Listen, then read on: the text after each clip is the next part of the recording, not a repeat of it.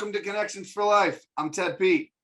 Chad Kubo here from Joe's Aquarium, just trying to clean it up. Don't know if you can hear me or not. Why aren't you yelling? Because I'm underwater, man. Why are you wearing I can't make the gargly sound. I figured my little thing. Are you wearing a hat underwater? Why are you wearing a hat and t-shirt? Thought you'd be in a scuba suit. I don't have a scuba suit. Scuba Coobs. Scuba Coov. I don't have. Yeah, don't talk anymore. Joe, how was your weekend, my friend? Good. Good. You're drinking out of the largest glass of water ever. It's not that big. When it sits next to his camera, it's like this big. So I got two funny stories for you.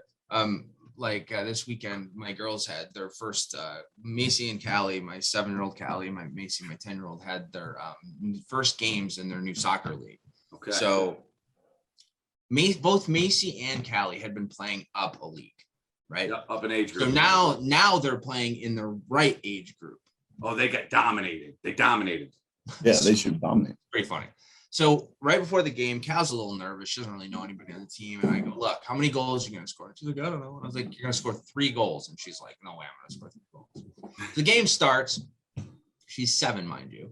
And if you've ever seen 7-year-olds play soccer, the ball gets on the field. And then every single child is within 8 feet of each other trying to get to the ball, right? Except my daughter, who realizes that she needs to stay in the position that she was given because she played up a league, so she knows positions. Yep. Within 30 seconds, the ball squirts out. She takes the ball, runs down the field, pots a goal. She's pretty excited. 2 minutes goes by, ball squirts out. She gets the ball, runs down the field, scores again. Come on, she's just standing there pretty much waiting for somebody to kick the ball. So then they take her out. Anyways, long story short, she scored 4 goals. The team won 5-0, I believe. 5-1 maybe. She scored 4 goals. So as the game was ending, the game was still going on, but I had to take Macy because her game started on another field. So I had to take Macy, my 10-year-old, to the other field. So as I'm walking by, she's now back on defense. And I go, hey, 3 goals. She looks at me, she goes, 4. like all like cocky about it. So whatever, it's pretty funny. I get Macy down to her field, same situation. Get Macy on the field. I'm like, she's like, just not running hard, not playing hard, but she drops 3 goals. And I'm like, I can't complain because I'm like, I don't want to be that guy. Like, you should have scored 6. So as the game ends, I'm kind of getting in her butt a little bit. I'm like, you're like dragging your butt around. You weren't trying hard. You weren't tackling for the ball. She goes, Dad, the coach told me to stop scoring. I was like, oh, all right. Okay. I guess that's okay. So anyways, it was a successful first 2 games. Both teams won. I did not coach. I'm retired from coaching. Oh, you retired? I'm officially retired from coaching. Till next year. But they won. But anyways, you're going to get pulled back in. Then they had softball practice after that. So I was basically on a field from about 8 to 1 o'clock, 8 o'clock in the morning to 1 o'clock on Saturday. And yesterday I did absolutely nothing. Football Sunday, baby. I can give you my rundown. I had an exciting weekend, sort of. Saturday, I went to the Renaissance Fair, which is always a good time. I swear. Did you get a giant turkey leg? Huh?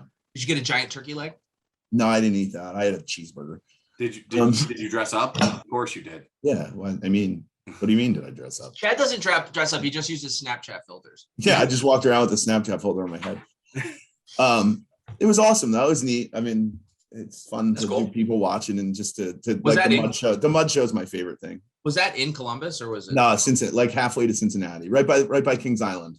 Oh, okay. The place you never let me go to. No, because we always have an appointment, and you are like, hey, how about we don't go to the appointment, just go to Kings Island for the day. Kings Island. Had you thought of it the day before, I'd go, yeah, maybe. But no, you wouldn't. Like on our way.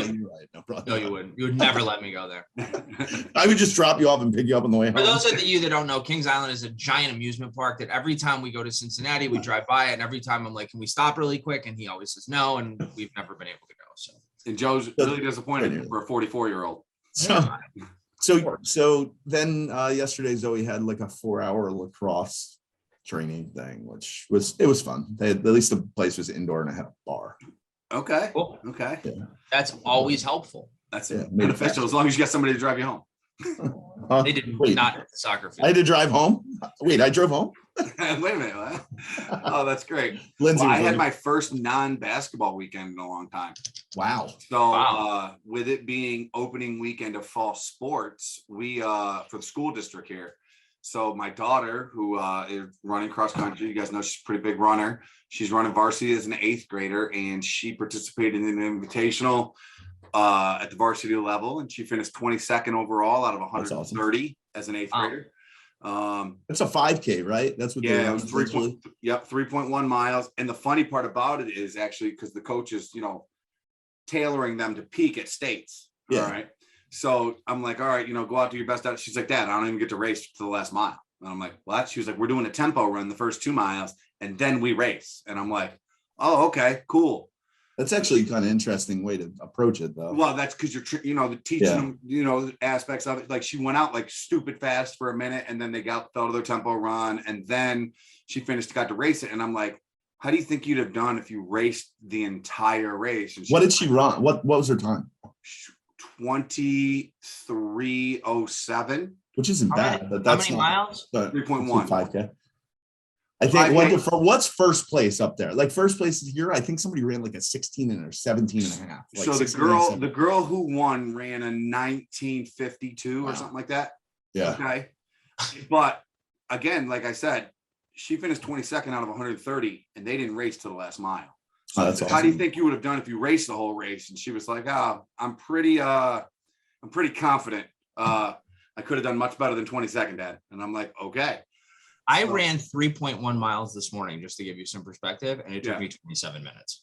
Yeah. So my 13-year-old daughter. And I could not do any better. Like best I can do. Just So Christina, not racing you ever? Yeah, ever. Tina, eat your ham. She's gonna come in here and tell you. Yeah. I know she's gonna bust my stones. Yeah. Yeah. So it was good though. It was great. We had a nice weekend, and we went and watched some high school football after that, and then yesterday was the holiday. That is the first week of football in my household. So I told everybody in it, if you expect anything out of me, don't. You're going to be sorely disappointed. Good luck. Sit on that couch from 1 p.m. until midnight. I'm going to watch every possible football game I can. What a weird opening week. Like there were some bizarro games. Like I did not see some of those scores happening. Listen, I didn't see Arizona coming out just looking like Green Bay. Yeah, Green Bay getting smoke checked by Jameis. Bad. Yeah. I mean, that was just ugly. I wish I even knew that there was football on yesterday. No, you didn't. You don't wish that. You're completely fine with that without it. I don't have live TV either. Yeah. So I wanted to bring up something before we get into our guest. That something was pretty cool that I saw the other day, and this involves UGI, the gas utility in Eastern Pennsylvania, which stands for. You know what? This is a UGI. Weird one. UGI stands for United Gasoline. No, it's not that. It's a weird. You know what? I used to know it, and I don't recall what it is. It's I'll figure it out though. But it's not what you think it is. It's really a weird thing. But anyways, they're a gas utility. They have Eastern Pennsylvania, a big swath of Pennsylvania. But they just signed an agreement with the county that I live in upstate New York, to bring biogas from up here down to inject into their system. And I thought that was pretty cool. So, they also just bought Mountaineer too, Joe. And that was a recent acquisition. But so, yeah, I mean, they're exclusively in Pennsylvania, but it says that they're going to, once completed the second half of 2022, the project is expected to produce 85 million cubic feet of environmentally friendly RNG each year. So, we talk about gas utilities trying to step up to the plate and do some things that are better for the environment. And this is certainly one of those things. So kudos to UGI and their executive vice president, Bob Beard, who's I've actually had the pleasure of meeting before, but maybe we can get him on the show. Bob, if you're watching, you want to come on the show and talk about this, we'd love to have you on there. So just interesting little story. I thought it was unique that it's in the county that I live in. It's not like, by the way, for people that don't know, that's quite a white ways. I mean, it's several hours away, 3 probably, right? 4 maybe. Yeah. So it's quite a ways away, but I don't know. Thought that was pretty neat. Awesome. Great headline there. So I want to get into our guest a little bit. Today we are going to have on Mr. Jim Cendoma. And beside being a personal friend of mine, Jim is also the president of Sterling Innovations Group, an accredited author and one of the best guys you'll ever meet in your life. Honestly, to speak to his business acumen, when I got into the sales industry several years ago, Jim helped facilitate. I looked at you. You're welcome. You're welcome. Anytime. Yeah. Anytime. Jim actually helped facilitate my first ever sale in the sales industry. So he's been a good friend of mine ever since. The power of networking is something that Jim thrives on. And when you talk about a guy that is willing to give you the shirt off his back, has an amazing story that I can't wait for our guests to hear. And just a great guy. My favorite part about Jim is he wrote a book and he didn't wear pants in the front of it. Yes, we'll talk about that. I just wanted to point out that I just realized, even though I knew this, that we never talked about it. The background of Chad's thing is my fish tank. So we didn't. I said I was a Joe's fish tank. Yeah, but I know, but I think everybody was just joking. That's legitimately my fish tank. So I just staring at that as when he looks into the camera, right behind the camera is that fish tank. Well, the fish move. So, all right. Well, without further ado, I'd like to welcome to the show my good friend and awesome featured guest today, Jim Cendoma. Hello, Jim, and welcome to Connections for Life, my friend. How are you? I am well. Thank you so much for having me. Absolutely. Hi, Jim. Nice to see you. Hey, hi, guys. Hey, I just want to go on record right off the bat. Oh, wait a minute. Hold on. Yeah. This isn't approved. Whoa. I want to go on record right off the bat. I've known Ted Pete for several years, and any friends of Ted Pete's are friends of mine. Oh boy. Well, then we're probably not going to get along well. Jim, I don't trust these two. I don't like these guys at all. You took a big leap with that friend comment. I'm excited. I'm a big fan of Connections for Life, and really excited to be here and honored. That's our first fan. We got one guy. One. We got to get him a '1 fan T-shirt. Yeah, I'll take it. A badge you can wear places. Oh, that's fantastic. No, but honestly, thanks for coming on the show. We've been trying to get this together for a while. Finally, our schedules met up. I know that you're technically an application engineer or entrepreneur, but just give us your story. Give us the nickel tour of Jim Cendoma and kind of your path and where you got to where you are today. Well, at one time, I was the youngest guy in the room. Now I'm the oldest guy on Zoom. So, I love it. Yeah. And like any other person, Corning Incorporated at that time, Corning Glass brought me to school brought me out of school to their company in the equipment engineering department. And I was very fortunate in that a lot of very smart people, for some reason, took a liking to me, took me under their wing, showed me the ropes, and I was able to learn a lot. And one of the things that I learned that I'm not a corporate animal. So, I had a 10-year run. It was a good year run, but as I moved up the ladder, I realized it was really better for me to explore my entrepreneurial roots. So I had a project in which I bought a lot of equipment from a gentleman named Gillette Wells, which probably doesn't mean a lot, but there used to be a company in your neck of the woods, Teddy, called Wells Supply. And this guy was just a great guy. So afterwards, he took me out to lunch and we were celebrating the project. And he says, I just want to share with you. He says, I know you're in the engineering group. He says, I think you have more of a salesperson's mind than an engineer's mind. And I never forgot. Pardon?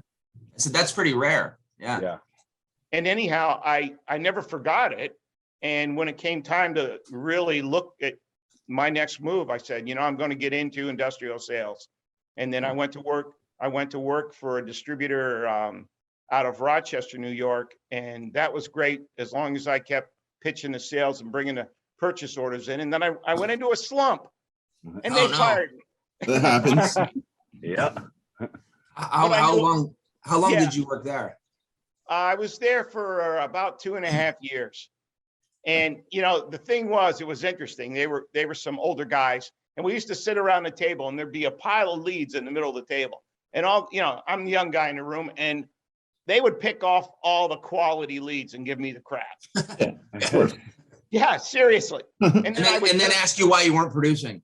Yeah. Well, no, actually, one of the things that happened is a lot of the leads were in their territories and they didn't want them. And I would turn them into something and then they would want them back. And then they'd want them. Yeah, seriously. They would say, well, you know what, that company's in my territory. That's how I feel with these guys. Wait a minute. So then, I went out on my own, and the entrepreneurial part of it is when I went out on my own, I said, okay, how can I differentiate myself from everybody else that's out there? And the phrase that I used was single source responsibility. And that is when you buy some, and everybody around that time was selling components. There weren't a lot of integrators. Integration is the thing today. And so that's where I started back then. And I was able to grow my business. Cool. That's awesome. Yeah. I know there's so much more, and we get into more stuff that you get involved with. But one of the big questions to me, anytime somebody takes that jump like you did in, I believe it was 1997, right? That's when you started your path, or somewhere right around there. I started my path in it really dated me here, Chad. So you can say whatever you want. We can't fact check it. Yeah, that's true. You can say last year. It just takes some credibility away from you. 1981 was when I went out on my own and started my own distributorship, which is okay. Got you. And then, I'm having some success. And in 97, you start out, you're running lean. So I've been running lean for 15 years. Wow. And I mean, really running lean. Anyhow, I string together like 5-7 really good years, but I'm living like I'm running lean. So I'm sitting on a little cash, and I'm thinking, all right, I got myself, an outside sales guy, an inside salesperson, and a part-time administrative person. Let's take this to the next level and see if I can really create some jobs. Okay. That was in 97. That's so cool. I went looking for a company that was underutilized, broken, see if I could take some of my knowledge and innovation and apply it and usually just grow the company. A little bit of it was an experiment in team building. Sure. I just have a question in regard to that. When you found that organization, we won't name them, but did you work for them, or did you work more of in like a consulting role for them? Like, I'm just kind of curious how that worked. Did you become part of that team, or did you work as just a consultant to try to boost or bolster their business? No, I actually pitched an offer and bought the company. Oh, okay. So, all right. Yeah, I just wanted to clarify because I wasn't sure on that. Yeah. Well, that's a great segue, Joe, into the next one. So you ran as a manufacturer for years. You started as an employee, became a private label, so to speak, and then you became your own organization. And then you can get to where kind of I intersected with you in what you were doing, which was in the networking and advisor role. And right. Some of your experience that made it so intriguing for me to want to, hey, I want to sit down and talk with this guy. I want to meet this guy, was because of your experience with Fortune 100 and Fortune 500 companies. So could you maybe tell us a little bit about like what it's like to work with those style companies in your advisor role? So, it's very rewarding and it's also very frustrating at the same time. So, you come in and you sit down with a team of people, and very smart people. Usually when I sit around the table, they're all much smarter than I am. And so what I bring to the table is, it's the old forest for the trees thing. I just bring a different set of eyes. And I look at things. I'll give you a really good example. I sat down with a team. I won't name the company, but they're very smart. Wasn't Upsco, was it? No. And, these guys, very smart, a little full of themselves. And I just asked the question. And they're innovative, cutting edge technology guys. And I said, has anybody around the table, anybody on the team, done any research to see if there's anything out there that would render what you're doing obsolete? And they said, no, there's nobody there's nobody, better than us, nobody smarter than us. We're cutting edge technology. Yeah. And yeah, I know. I can already tell there's a problem. Yeah. Right? Like, Exactly. So it just so happens that particular meeting, the VP, the guy who signed my purchase order, was in the room. And after the meeting, he taps me and he says, "Hey, what prompted that question?" He said, "That was an interesting question." And I said, "Well," I said, "I didn't want to share it with the group, but I'll share it with you. I just read in an industry publication about a group that's already rendered what you're doing obsolete." And he They goes, couldn't see it. "Really?" They couldn't see it. They were so tasked and goal focused that they couldn't see out it happens external a lot. threats. Yeah. That happens Yeah. a lot. And at the top of the question, a lot of that is what I do. It's just, pulling the vision out and saying, look at the big picture, look at what's trending, what's going on. As far as down in the weeds, you guys are all smart enough. You can come up with the answers to all your challenges. But here's what's going on in the world around you. That's interesting. Do you find that you get a lot of pushback from people? Because I think that there's a lot of arrogance and hubris when it comes to people that are in executive roles that have built that career, that it's very difficult for them to see anything that's beyond their normal scope. So I have to imagine. Well, I was going to say, I have to imagine change. Yeah, but I was going to say, I have to imagine that a lot of times you're probably met with like, "Get out of here." You don't know what exactly. you're talking about. Right. Yeah. And you're right. You name hubris and egos get in the way. And, a lot of these are reasons why people end up failing in their projects. It's because do you ever ask them, "Why did you call me in the first place?" Because I feel like that would be my question. So I got to tell you, this is one of, first of all, Ted will tell you I'm a storyteller, but anyhow, this is one of my favorite stories. You guys get a kick out of this. So a guy hires me to come in and work with his team. They're dysfunctional. He hires me to come in, get them back on track. And everything is going well.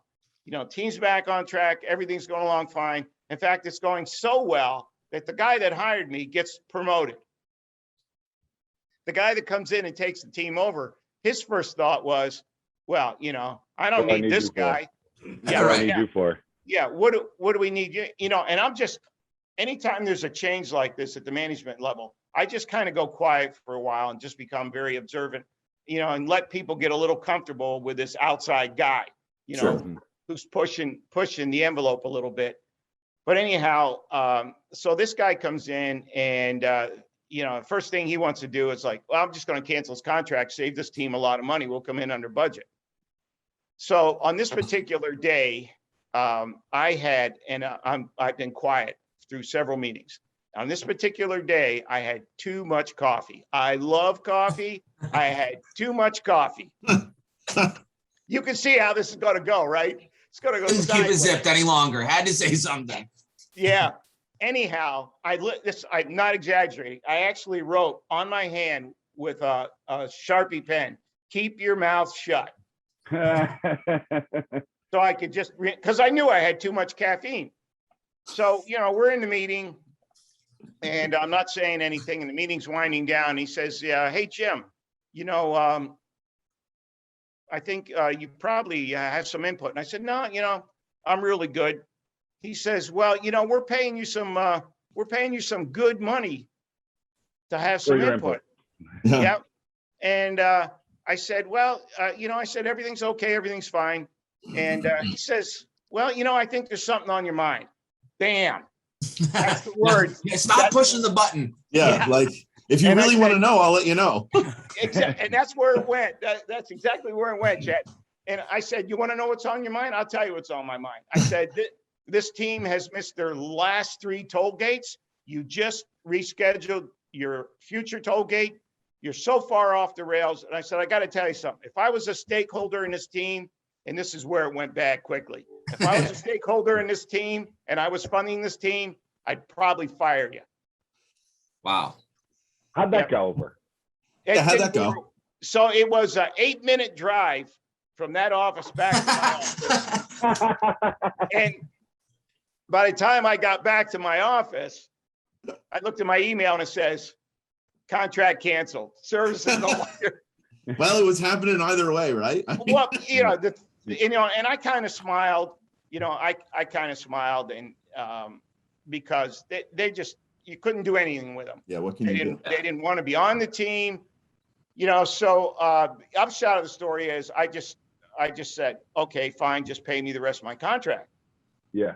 And the guy calls me up and he says, you got to be kidding me. I'm not paying you anything. And I said, read my contract. It says that if it's terminated because of something that I missed, no funds are, but if you didn't want to take my advice or do anything, you just pay it to me. He says, well, we're not going to pay you.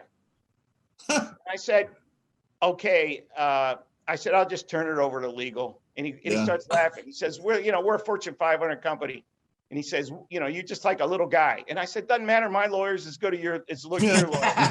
Law's law, buddy. And I said, finally I said, look, I don't want this to get ugly. So I said, if you're further reading my contract, there's a negotiation clause. So let's just talk. And we came up with a figure and that was compromise. But yeah. That's pretty interesting. That's a wild story, especially at that Fortune 500 level. I assume there's some arrogance there that isn't much fun to deal with. Yeah, it's one of the toughest parts. I can't imagine it. I mean, I think one of the other coolest things that you've done is in 2017 you wrote your own book, which is PEP, and I believe it's Profit and Extreme Performance Measuring for Success. I want to know all about it, how long you took to write it, all the details, but I also want to know why you have no pants on the cover. Joe hasn't seen this, so he's going to look it up shortly, I'm sure. Well, I'll get you. I'm not going to. Hold on, I got autographed copies for us, guys. I got autographed copies. I'll definitely get you copies. And by the way, anybody that's viewing us right now wants a copy, just get them my email. I'll just send them a copy. That's not good for revenue, Wait a minute, just email it to us. They're $5.99 each. We'll send the money to Connections for Life. It's round up to 6. Jim, we got this covered. You know what? That's a deal. If you guys use that money to one of your favorite charitable groups. That's I like that. Okay. That's a really good idea. That's great. Jim, I have like 3 not-for-profits. So I got lots of I'm sorry it can't be connected to anybody on the show. It'll be Teddy's charity. Yeah. So Ted, I'll send you a case of books. You can, But anyhow, the whole idea. So the book is the basics of the book is the good, bad, and ugly side of entrepreneurship. And a lot of people get caught up. Entrepreneurship is a very popular thing now. A lot of people want to jump into it, and they realize only a small part of it, and it can get pretty ugly. So the whole concept of the cover is not to get caught with your pants down. Does somebody have a copy in front of them? Jim, do you have a copy? Can you put it up on the screen? I do have a copy. Can you just show everybody so everybody knows what we're talking about? Yeah. So this is the cover right here. Yeah. That's when Ted sent me the Amazon thing yesterday, he goes, just so you know, he doesn't have pants on the cover. And I was like, whatever. And I open it, I go, oh my God, he really doesn't have pants on the cover.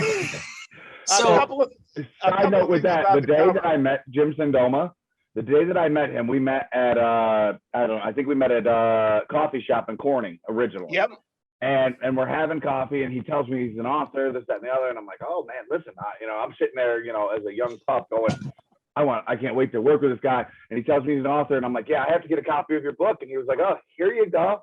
Boom. And he hands it to me. And I was a little like, I didn't like look at it. I was like, thank you so much. And I put it in my bag.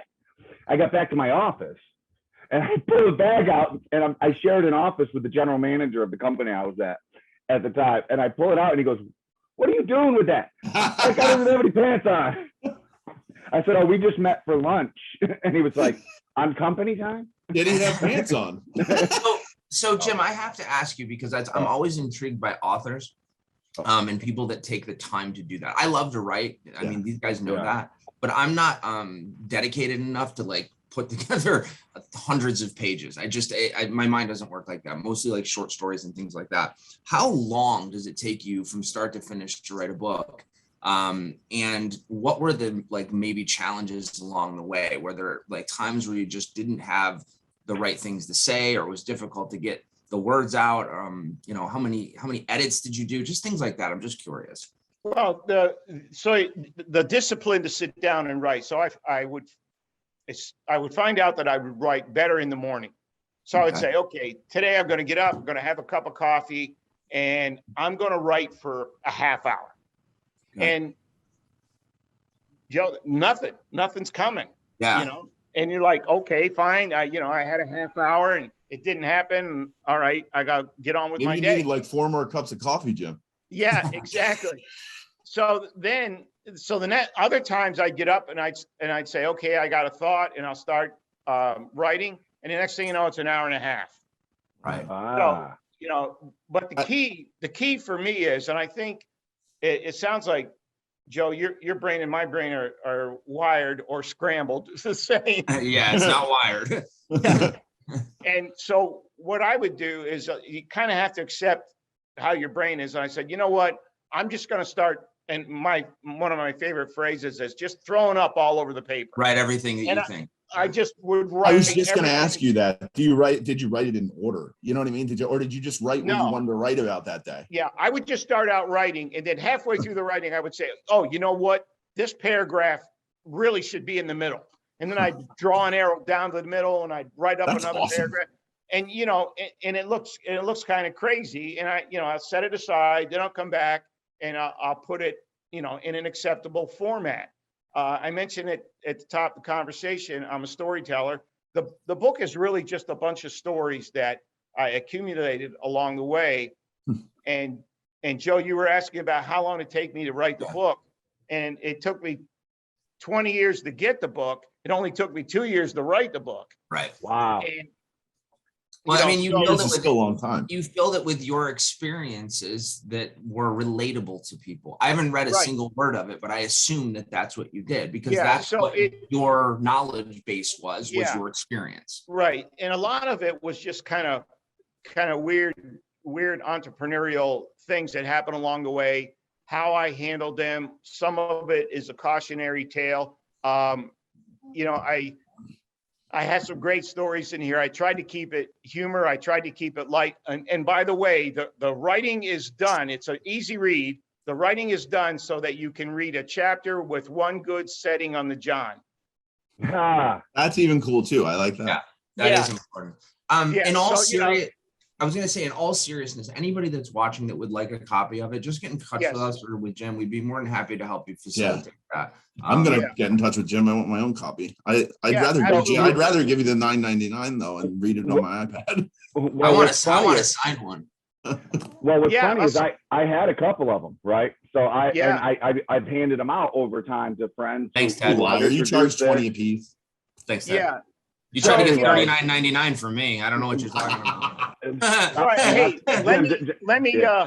let me jump back to the cover for a minute, because if you look at the cover again, I'm in the middle. I'm like a thorn between two roses.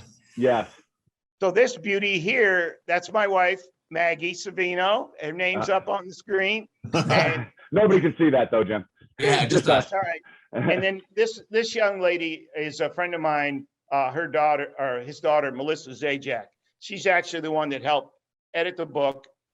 Oh, cool. And she came to us, very smart, came to us from RIT and complimented us because she got a paid internship, and she chose to pass on a paid internship for a non-paying gig to learn about entrepreneurship. She felt she could learn more from us hanging with a bunch of crazy entrepreneurs than, you know, working for a we should get her on this show to tell the real Jim Cendoma story. That's right. She went on to graduate from law school, so she's doing really well. Was she your lawyer that was representing you in that suit? No. Yeah, that's a good question. No, she wasn't, but I wouldn't hesitate to have her. So I also know that another part of the facet of the things that you do is obviously training, sales training. Sure. professional training, probably process training and review and all of those things. With your experience doing that over the course of your career, explain what that looks like and how that kind of works and what you do in that arena. So what happened there, and I'll go back early on when I first started, and you guys can probably relate to this a little bit, but I remember I went in to make a sales call to sell some equipment. I don't even remember the company name. It was so long ago. And I went in there and, I just killed it. I answered all their questions. I was, looking sharp, sounding smart. And I get out in the car and I'm sitting behind the steering wheel. I'm thinking, man, I got this order. And I didn't get the order. Right. Within the same month, I come out of another company. I remember this one was in Binghamton, New York. And I sit behind the wheel and I'm thinking, man, you were off today. You had too many I don't knows. You just weren't on the mark. Yeah. And I got that order. So now I'm really confused. I'm confused. Yeah. Can I I want you to guess, Joe. Wait a minute. I want to guess because I think I understand. I've been doing this. Chad and I'm Ted. I don't want to speak for you because you did a few things in between, but we've been in sales in some capacity for 20 plus years, which is crazy for me to say out loud because I can't believe it's been that long. But I think one of the things that I've learned of being a salesperson and in that situation, I could be wrong. Sometimes when you're too polished and you're too on it and you feel like you're in a groove, you're not authentic or genuine or being yourself. Yeah, that can happen for sure. And I think when sometimes you're just open and honest and a question comes and you don't know the answer, you say, you know what, I just don't know. But I'm going to figure that out for you. And I'm going to give you the real answer. I'm not going to, shine your shoes for you because that's what you want to hear. And I think that sometimes that get lost, especially on new salespeople. They think they got to always be, but anyways, I didn't mean no. But yeah. And, you bring up a good point because, it's not about you. It's not about your product. It's the whole thing for Connections for Life. It's about making that connection. Relationship. Yeah. That deep connection with the customer. So the thought that came to me that day was, this is no way to run a company. I got to know what's my probability of getting an order before I walk in the door. I got to know that, is it high, low, where am I? And so I started working on this sales process. And for a long time, I kept it to myself because it's not that I didn't want to share it with anybody. I didn't know if it was working. Right. It was got to get the metrics down. Yeah. It was a process, and I started nailing this process. And so my second book, which is in the works, is all about that process. So I want to get the process out and share it to people. But I got to tell you a funny story that kind of related to that. So very early on in my career, I get a request for quote for a very complex project, Fortune 500 company. And I'm looking at it and I'm like, wow, this is like a dream request for quote. I'm not quite in a position yet, but one of the things I do is I quote everything. I don't no quote anything. I quote it all. And so I figured, all right, I put my engineering hat on and I went through this project just like I was an engineer back at the company. And I came up with a figure. And then I went through it again. And I came up with a little higher figure. I went through it again. And finally I came up with a figure that I was comfortable with. And then I multiplied it times 3. And I figured, you know what? I'm probably going to be high, but at least I quoted it. And I'm going to be in there and, in my mind, my ego says, okay, I quoted it. I'm running with the big dogs. So I get the order. Uh-oh. Yeah, exactly. I didn't really expect to get the order. I gave you a go-away price. And, I put a price on it that, I'm going to have to focus on this. I'm going to have to get my ducks in a row, come up to speed. So anyhow, I'm sitting in a restaurant in Corning and with the guy that wrote me the order. And he says, it was I should preface this, they were pushing the technology. Okay. On this. And so it was servo drive technology at the time, and they were really pushing it. And he says, you probably want to know why you got the order. And I sit back and I said, well, I got the order because I had the best price. I had the best equipment, and I had the best delivery. And he starts laughing. And I said, what's so funny? He said, you were the only one that quoted it. Wow. That's fantastic. And in retrospect, you should have multiplied it by 10. Yeah, exactly. But you were the best price. You were all those things. You were all those things. Yeah. And exactly, Joe. And the thing is, I left the restaurant thinking, man, I left probably 10 grand on the table at least. Probably. Right? Like, You know what though? But you were comfortable with the number that you gave to them to facilitate Yeah. the request that they had. And I think there's nothing wrong with that. I think sometimes we spend too much time worrying about what we left and not what we've gained. Yeah, exactly. And one of the things I say in a sales training is it's you really, if you start out focusing on the price, you're lost already. Oh, You're you're done. done. 100%. You're done. You're 100%. done because your mind's closed. You're not listening to the customer. You're not hearing what his needs are, where his pain points are, and where you can really bring value. Jim, I've met some really, really good salespeople in my time, and I've met some really, really, really good people who shouldn't be salespeople. Like I know some amazing people that are like salted. You're talking about me with that one. We're talking about Ted. We're talking about me with that Sorry, one. Dad, I forgot I thought you left before. No, but I have. I've known some of those guys. Man, it's so easy to get them to leave. I know. We shouldn't be doing this all the time. And the biggest problem about them is they connect. They find things to connect. They have that personal, but they never ask for the sale. If you've ever been with me anywhere, Joe knows. Joe's the same way. In the first 3 minutes, I show you something. I go, hey, check this out. How many of these are you going to buy? How many are you going to buy? Yeah, That's literally my first. I just get it out of the way. It's not going to be. Yeah, I'm going to and ask you 5 more times. Chad, you are spot on. Yeah, And you just don't ask.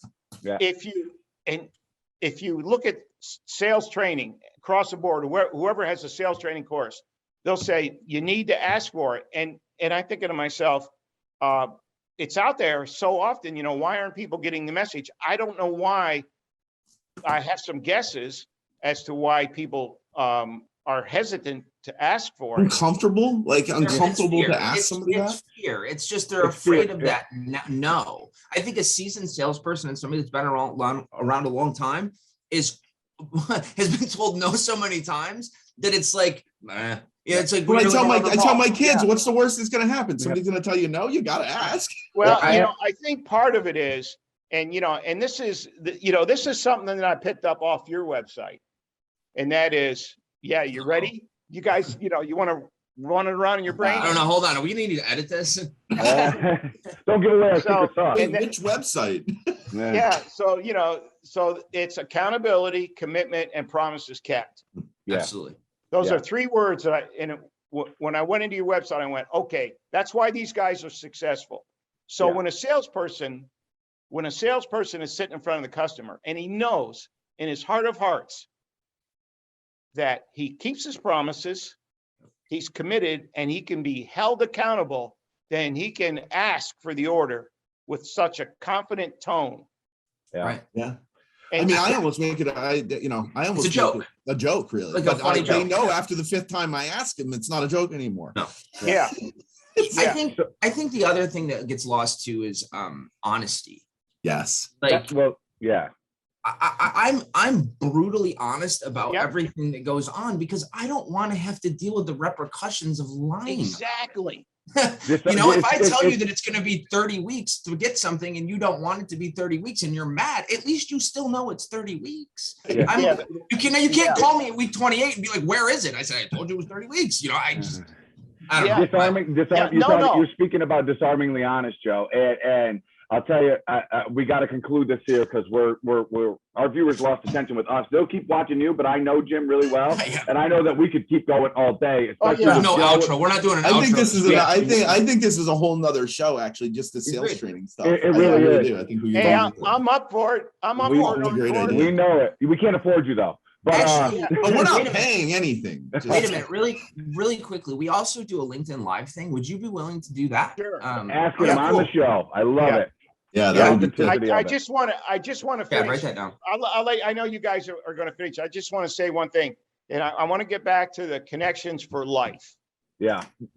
And Don't and steal I'll tell my you, don't steal my exit, Jim. I was going to say something nice about you. Don't steal my No, exit. he's let him talk. He was going to say something nice about us. You interrupted him. so I gotta tell you, and Go away again. this is the thing that really connected me to you guys. You talked about buying when I bought a company, and I'll give you the real quick short version.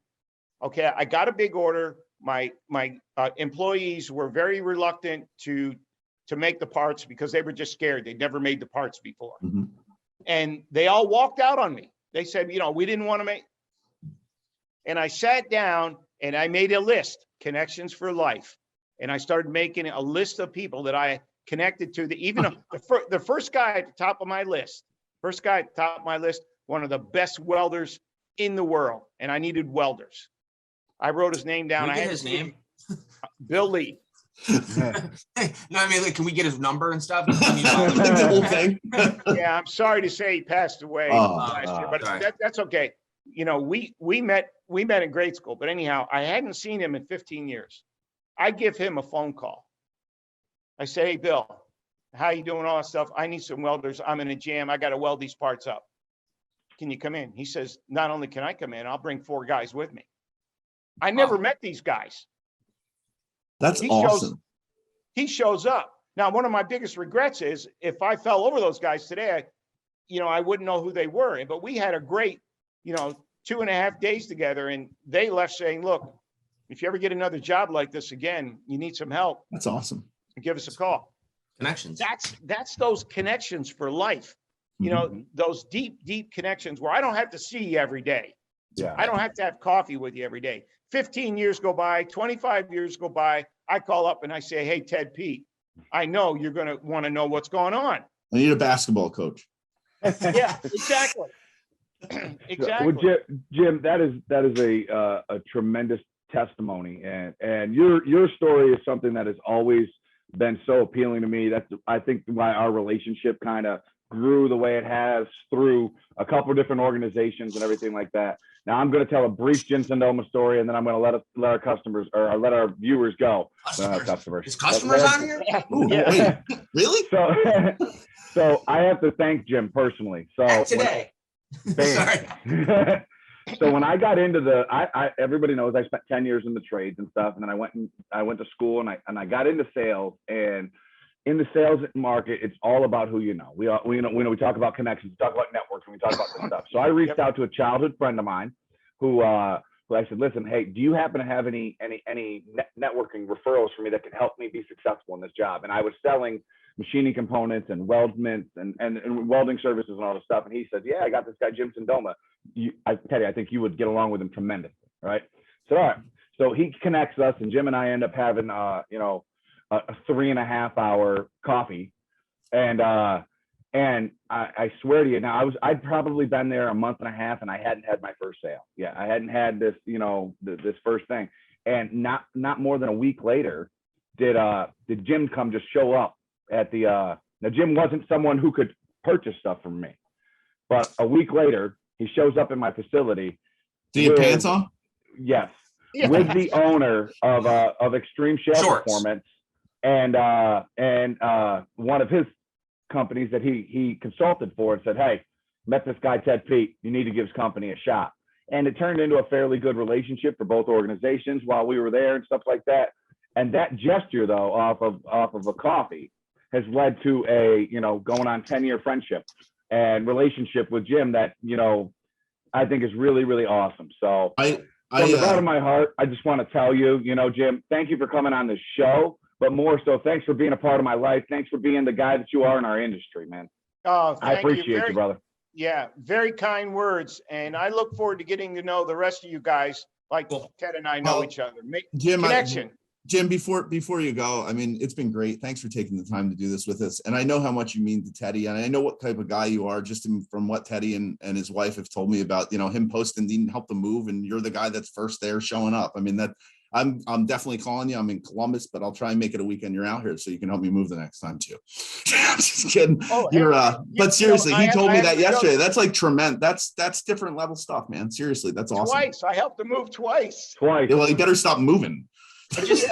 But I just want to say, you know, obviously we just met, but I think very quickly you can realize that you're got a lot of energy, a lot of focus, and I think that you have a lot of good wisdom for people that are up and coming. And for those of you that don't know Jim, please look him up on LinkedIn, reach out to him. I'm sure that more connections are always a good thing. Yeah. So thank you for, you know, being a part of the show. Thank you for gracing us with your time, and we'll hopefully see you soon. I don't live far.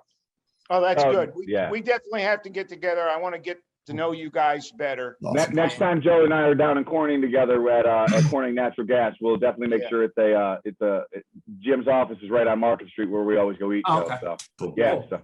I'm honored, guys. I'm very touched and honored that you guys would have me on. Thank you, sir. Thank you. Appreciate We'll talk to you later, See brother. ya. Jim, Chad was very excited to wave It was. at the end It of was an that. exciting interview. Was you No, I guys got love to meet Jim's. him. I love probably more than anything. I love his energy.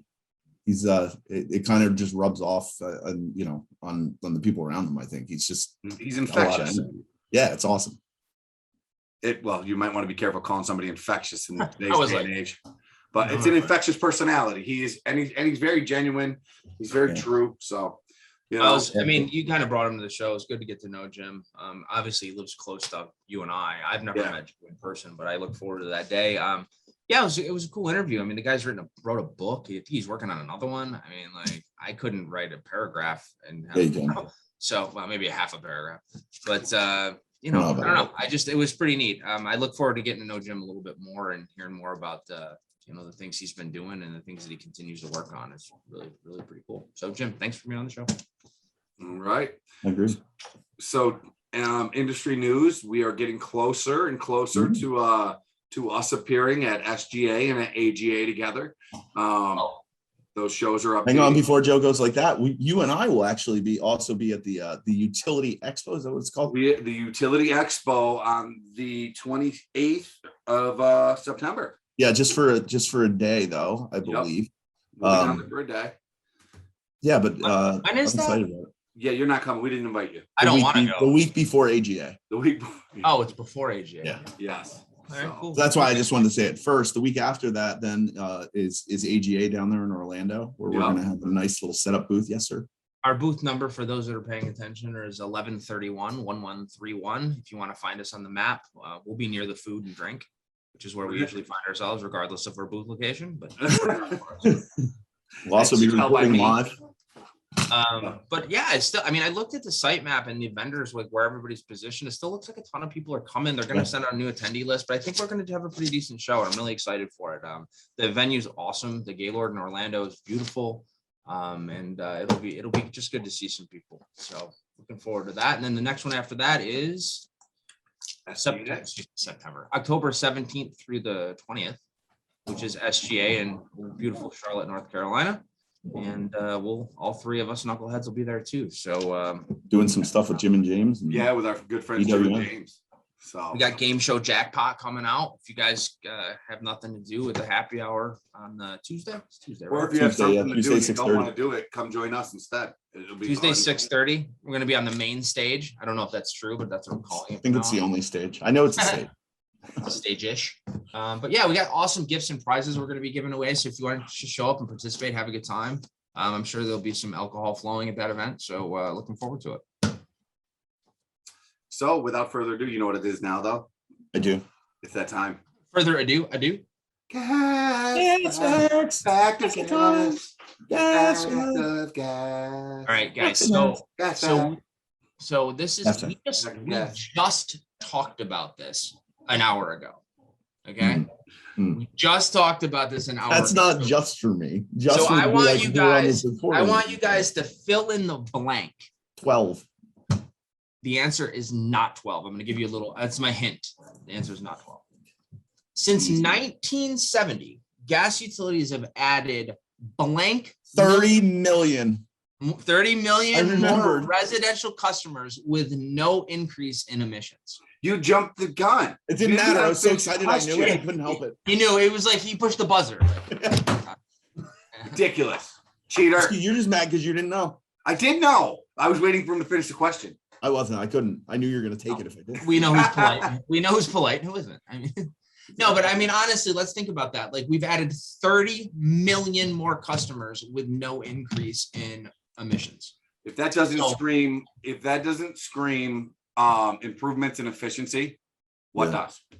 Well, and also look at, you look at other things too, like natural gas has allowed us to reduce emissions for 40 years. Oh my gosh. Yeah. I mean, getting rid of all the other secondary sources, fuel. Guys, oil. I'm really going to go down that rabbit hole of the, what was it? Varney, is his name Jim Varney?